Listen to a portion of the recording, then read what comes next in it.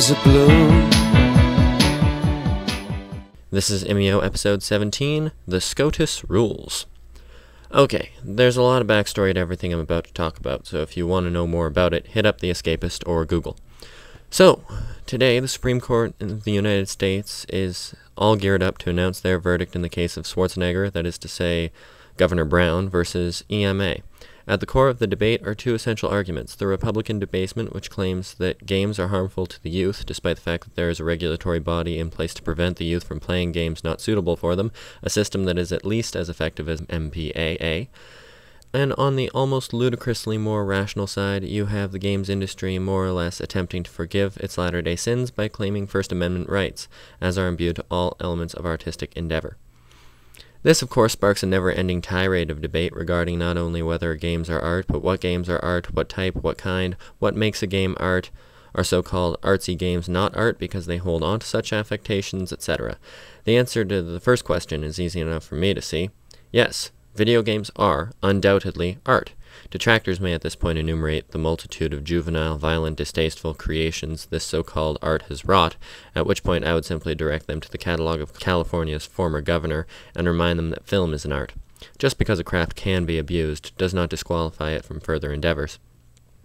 As for the answers to those other questions, well, I'll let it brew in the comments section.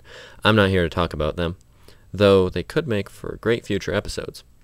I am here to talk about an experience I recently had while gaming, an unexpected discovery from the most unlikely of sources that led me to a revelation I find difficult to ignore.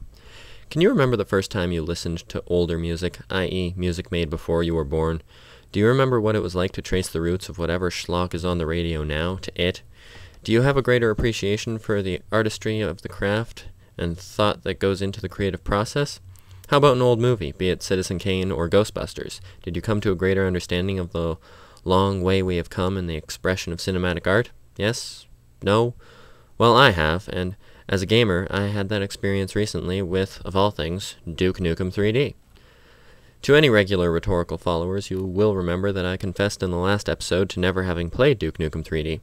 Well, the day of the episode's release, Duke Nukem Forever came out, so I bought it, played it, waited roughly the length of time I could have spent beating any other game waiting for that exorable thing to load, and after a few days of slogging through its accidentally low-res graphics and inadvertently preposterous level design and its two and only two guns at a time tomfoolery, I decided I would load up Duke 3D and see how it stacked up to Duke 4E. And I am pleased and saddened to say that Duke 3D outclasses, outshines, and outguns the new Duke in every single way. I can already hear pampered graphics snobs bitching about the sprite-based textures, but you may as well complain about the grooves on a vinyl. They're pivotal to the experience, and the experience was one of A, playing a game made by experienced game designers who took to creating Duke Nukem 3D with careful consideration of every facet of the game, and B, a sensation akin to what I talked about above. While playing the game, I could see what it inspired, what it developed, and what it introduced, not to the industry or necessarily the culture of gamers, since as a culture we were still just called nerds back then, but to the zeitgeist, the singularity from which all creative endeavor is born from and returns to. Mind you, its inbred backbirth offspring are the very pillars of vehemence that land our beloved industry within the legal hot water it finds itself treading. Still, truly, my friends, the Duke and his demonic hellspawn-blasting cousin were on the forefront of a quantum leap in the way we perceive our interaction with media to this very day. So indeed, I concede the point. Video games are not an art on the same level as film and literature. They're on a level above. I really hope that's not just my ignoble opinion, but the ignoble opinion of the Supreme Court of the United States. Addendum. It totally was the opinion of the SCOTUS. The EMA beat California's unconstitutional law into the ground. Legal headshot, Governor Brown. The long-term effect of the ruling, hopefully, is that developers will have to think really hard about what they do and do not put in their games and how much of their content is artistic versus pandering. And I, for one, am excited to see an age of gaming with a skosh more internal oversight. Again, just my ignoble opinion. It's a beautiful day. Sky falls, you feel like it's a beautiful day. Subscribe.